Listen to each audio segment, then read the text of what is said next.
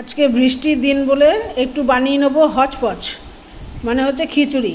এই দেখো চাল নিয়েছি, দুরকম ডাল নিয়েছি, একটু আলু ভেজে নিয়েছি, এখানে পেঁয়াজ, আদা, টমেটো, কাঁচা লঙ্কা, এই হচ্ছে আমার ইনগ্রিডিয়েন্টস। আর এখানে ফোড়নের জন্য আছে জিরে আর পাঁচফোড়ন, তেজপাতা, শুকনো লঙ্কা, এই দিয়ে আমি বানাবো। দেখো এখানে আমার খিচুড়ি চাল ডাল সেদ্ধ হচ্ছে, আর এখানে আমি ফোড়নটা রেডি করে নিয়েছি। ফোড়নে দিয়েছি জিরে, শুকনো লঙ্কা, তেজপাতা, একটু রাঁধুনি আর একটু পাঁচফোড়ন, এই দিয়ে আমি খিচুড়িটা করব। কোনো এমনি মশলা দেবো না, আর নুন হলুদ মিষ্টি যেমন দেয় ঘি তাই দেবো। দেখো ফোড়নটা ভাজা হলে আমি এখানে এই যে খিচুড়িটা তৈরি হচ্ছে, এটা প্রায় সেদ্ধ এসেছে, এরপরে আমি এটা মিশিয়ে দেবো।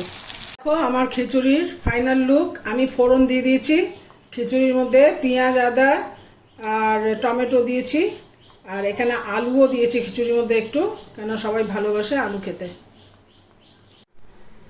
এই দেখো আমার খিচুড়ির ফাইনাল লুক। এবার আমরা খেতে বসবো সবাই।